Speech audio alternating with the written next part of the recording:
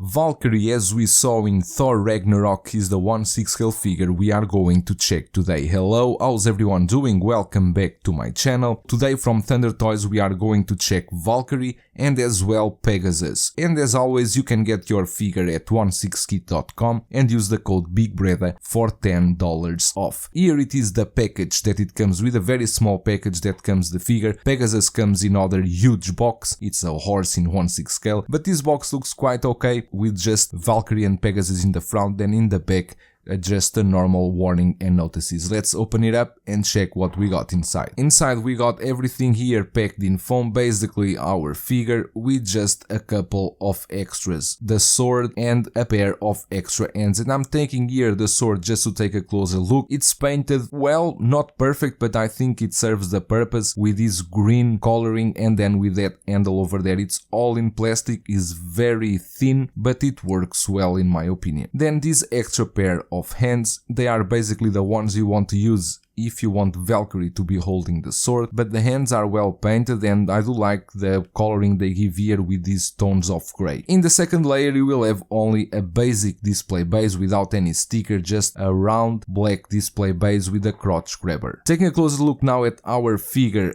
and the head sculpt, just let you know that as I'm using a lot of lights here, the head sculpt does look a bit more shiny than it really is in hand. I think the likeness is not 100%, the rooted hair looks a bit too much. That's the problem I always have with rooted hair, it seems always very puffy, but you can always handle with some water-based gel. But the hair here in the back, as you can see, a lot of volume that we need to work out with some water-based gel, as I said before, but it's not the worst hair. I think it looks quite okay and can be worked out well. As for her suit, you got here these breastplates in plastic. All these parts that you see in golden are made of plastic, the rest is made of a rubberized material that you remember from figures like Toys R and So Toys. They always like this rubber material. It's not the one I prefer, but it's what they gave us. These shoulder braces here are connected by a small line, so you need to take care when you handle with that.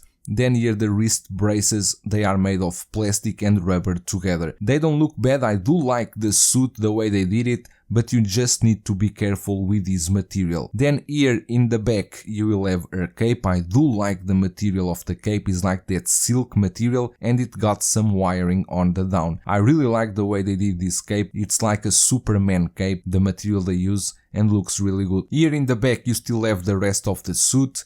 And as you can see, they did all in this rubber material, but I do like the shadows they apply on this grey color, I do like that, and these golden plates do have some damage onto it, which look really cool and give some aging to these pieces. One thing that is good in this figure, in my opinion, is they use this kind of smaller boots. This is not a split cut boot, it's just a smaller boot. That part over there doesn't move, but you can move the boots freely, so it's a plus. For the body itself, it's a normal body, but as you can see, the stitching over there under the arms, you'll need to be careful when you are posing the figure. The elbows pose well, you can move them without big issues. The waist does have some movement as well, you can move the waist. Be careful because of that rubber, it may break with the time. And then you got the double jointed knees that work quite well, but then being this rubber suit, you always need to adjust properly. And then in the boots, as I was telling, you have a good articulation. For the figure itself, I think it looks quite okay, you just need to work out the hair a bit. As for the horse itself, the Pegasus, it comes just like this.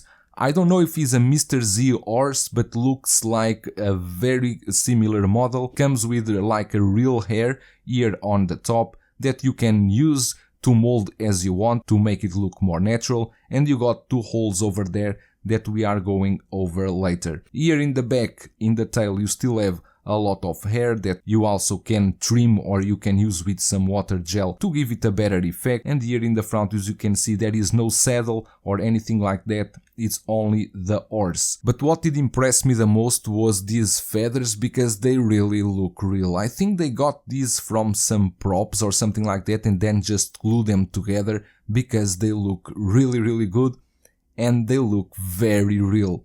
But here it is, they are very thin and they stick over there. You place them with the magnets onto the horse, and you can see the effect looks pretty good. The image is not the best because the wingspan is really big and I cannot fit it well in the light box, but you can have the idea how these wings work. I think they work well, they will not fall down because the magnets are actually strong, and for any posing you want to do, like a flying pose, I think these wings will work perfectly. And doesn't make any sense to pose the horse without the wings because you will have those holes. But as you can see here, with the two wings attached, I think this Pegasus look really cool, and I think it will work really well for posing. Here it is just simple poses with our Valkyrie and Pegasus. I didn't adjust the hair properly, I'm sure you can do it much better, but if you are looking for a Valkyrie, for example to simulate a battle with Ella, I think this one is worth a try. That's all for today, I hope you enjoyed this review and I will see you in the next one.